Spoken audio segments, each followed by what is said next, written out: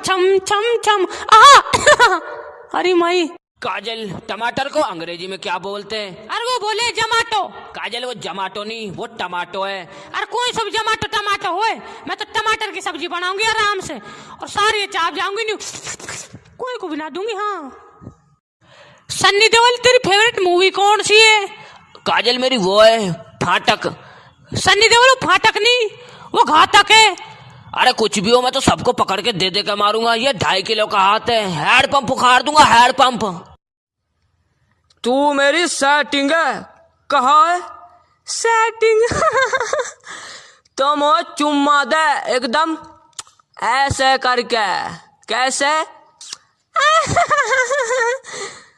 काजल, तू बड़ी होकर क्या बनेगी? अरे वो बनूंगी मैं पुसिलोसिपर। काजल, वो पुसिलोसिपर नहीं, वो पुलिस ऑफिसर है। अरे कुछ भी हो, मैं तो सारा कैदी ने पकड़ के घर ले जाऊंगी और उनसे ही धुआऊंगी।